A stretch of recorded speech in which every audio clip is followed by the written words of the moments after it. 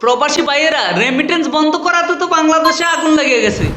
বাংলাদেশ সরকারের এক অফিসার কালকে লাইভের মধ্যে এসে কান্নাকাটি শুরু করছে। প্রবাসী ভাইয়েরা আপনারা যেমনে হোক দেশের মধ্যে রেমিটেন্স পাঠান, টাকা পাঠানো বন্ধ করবেন না, না হলে দেশের মধ্যে 1,000 টাকার নোটের বদলে 5,000 টাকার নোট বাইরেব। ওই হালারু থালা, 5,000 টাকার নোট বাইরে হলে আমগো সমস্যা কি? আমরা যেমন বাংলাদেশের মানুষ, তোরা 5,000 টাকার নোট ব্যবহার করবি, আমরাও ব্যবহার করবো, তাতে আমাদের সমস্যা কি? এরপর বলতেছে আপনারা যদি 2-3 মাস বাংলাদেশে রেমিটেন্স না পাঠান, বন্ধ করে দেন, তাহলে বাংলাদেশ দেউলিয়া হয়ে যাবে, যেমন দেউলিয়া হয়েছিল শ্রীলঙ্কা।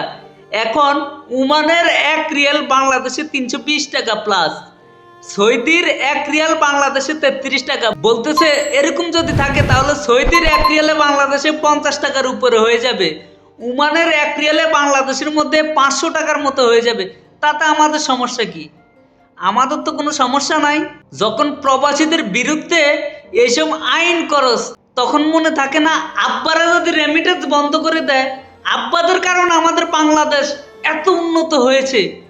বাংলাদেশের টাকা বিশ্ব মঞ্চের মধ্যে ভালো একটা রেটের মধ্যে আছে। যদি আব্বারা রেমিটেন্সটা বন্ধ করে দেয়, আমাদের দেশের টাকার তো কোনো মূল্যই থাকবে না, যেমন কোনো মূল্য নাই পাকিস্তানের টাকার। তাহলে তোরা তারপরও আমাদের বিরুদ্ধে কেন এই সমস্ত কানুন করস?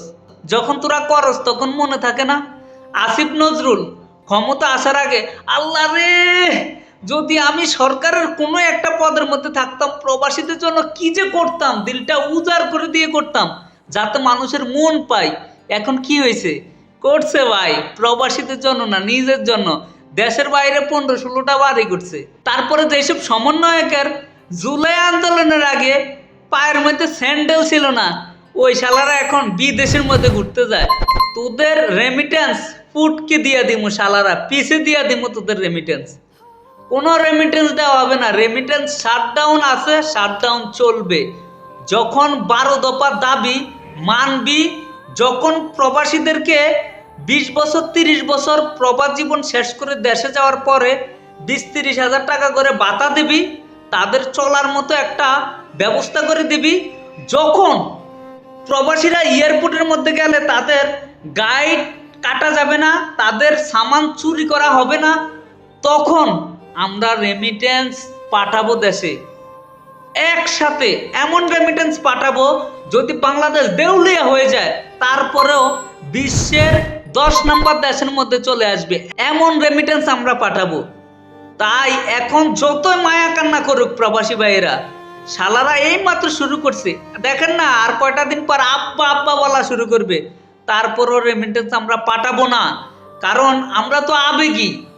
আমরা প্রবাসীরা আবেগী, এই কারণেই হাসিনা কারেন্ট বন্ধ করে পুটকির মধ্যে পিটা দিছিল, কিন্তু আমরা প্রবাসীরা তাদেরকে রেমিটেন্স বন্ধ করে রক্ষা করে তাদেরকে গতির মধ্যে বসাইছি। কিন্তু এখন ফল কি পাইলাম? এক সুর গেছে, আরেক সুর আসছে।